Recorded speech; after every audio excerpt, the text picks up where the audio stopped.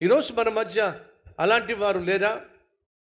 ఒకప్పుడు నువ్వు సేవలో పాలు పంచుకున్నావు, ఒకప్పుడు నువ్వు సంపూర్ణ సేవలో పాలు పంచుకున్నావు, ఒకప్పుడు నువ్వు సిఎస్ టీంలో ఎంతో బలంగా, నమ్మకంగా, యథార్థంగా కష్టపడి సేవ చేశావు.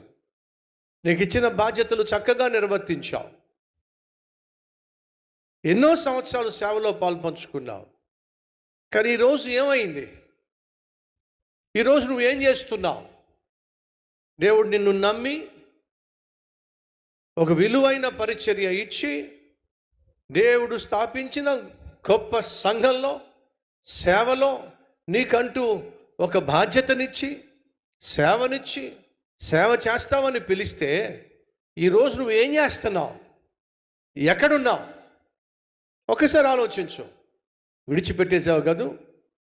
దేవుడు నిన్ను నమ్మి ఇచ్చిన సేవను విడిచిపెట్టేశావుగా.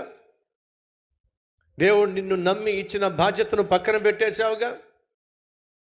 దేవుడు నిన్ను నమ్మి పిలిచిన పిలుపును నిర్లక్ష్యం చేసేసావుగా.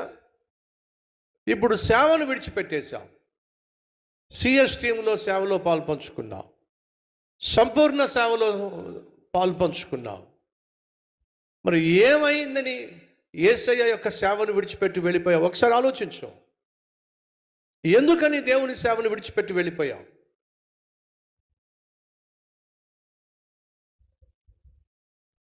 ఏ ఆకర్షణకు, ఏ సైతాను శోధనకు, ఏ సైతాను ఉత్సుకు నువ్వు లొంగి లోబడిపోయి దేవుడు ఇచ్చిన అద్భుతమైన సేవను విడిచిపెట్టి వెళ్ళిపోయావు? ఒకసారి ఆలోచించు.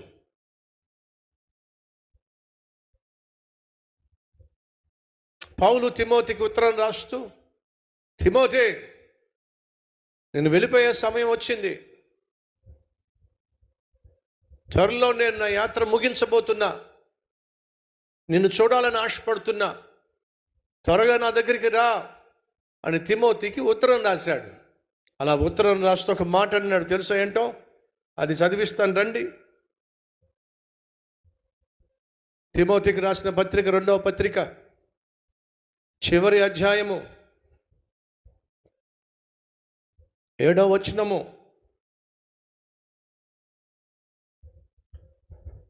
మంచి పోరాటము పోరాడి తిని నా పరుగు కడముట్టించి తిని నా విశ్వాసము కాపాడుకుంటుని. తిమోతే, జీవించినంత కాలం ప్రభు కోసం జీవించా, మంచి పోరాటం పోరాడా, నా విశ్వాసాన్ని కాపాడుకున్నా. ఈ ఆత్మీయ పరుగును ఏం చేశా? కడముట్టించేశా. I finished my race. నా పని అయిపోయింది. తర్వాత ఇక మీదట నా కొరకు నీతి కిరీటము ఉంచబడింది. తిమోతే, నేను వెళ్ళిపోయే సమయం వచ్చేసింది. 9వ వచనం, నా యుద్ధకు త్వరగా వచ్చుటకు ప్రయత్నం చేయి. తిమోతి, త్వరగా రా. ఆ తర్వాత 11వ వచనం, లూకా మాత్రమే నా దగ్గర ఉన్నాడు. మార్కును వెంట పెట్టుకొని రా. 10వ వచనం, దేమా ఇహలోకమును స్నేహించి నన్ను విడిచి దెస్సలోనికకు వెళ్ళిపోయాడు. దేమా ఒకప్పుడు పౌలుతో పాటు కలిసి సేవ చేసిన వాడు. పౌలు కలిగి ఉన్న శిష్యులలో ఒకటిగా ఉన్నాడు. పౌలు కలిగి ఉన్న టీంలో ఒక సభ్యుడిగా ఉన్నాడు. ఒకప్పుడు నువ్వు ఏ టీంలో ఉన్నావు? సిఎస్ టీంలో ఉన్నావు. ఒకప్పుడు నువ్వు ఎవరితో పాటు కలిసి సేవ చేసావు?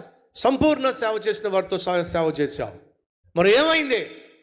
దేమా సేవను విడిచిపెట్టేసి, పౌలుతో ఉన్న టీమును విడిచిపెట్టేసి వెళ్ళిపోయాడట. సేవను విడిచిపెట్టి ఎందుకు వెళ్ళిపోయాడో చెప్పండి.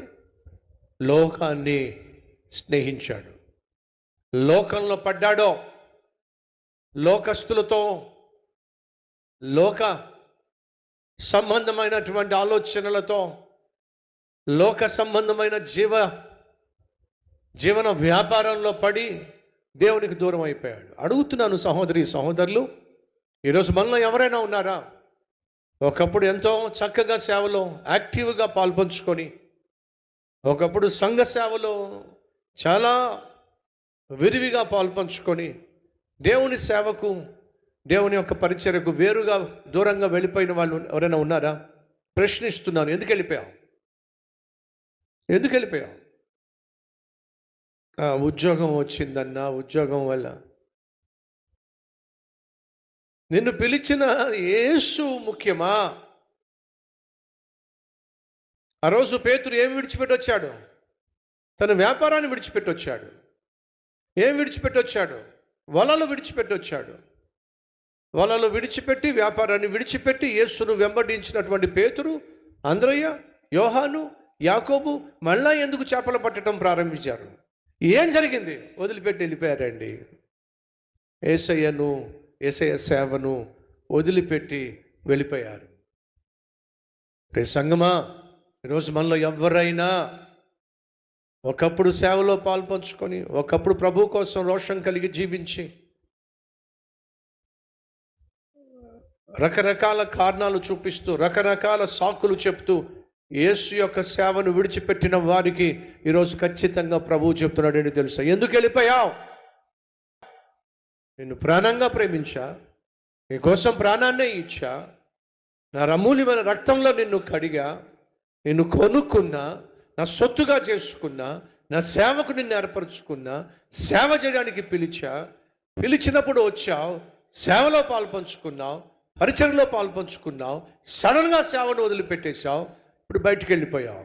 ఏం చేస్తున్నావు ఇప్పుడు? దేవునికి ఏమైనా ఇష్టమైన పని చేస్తున్నావా?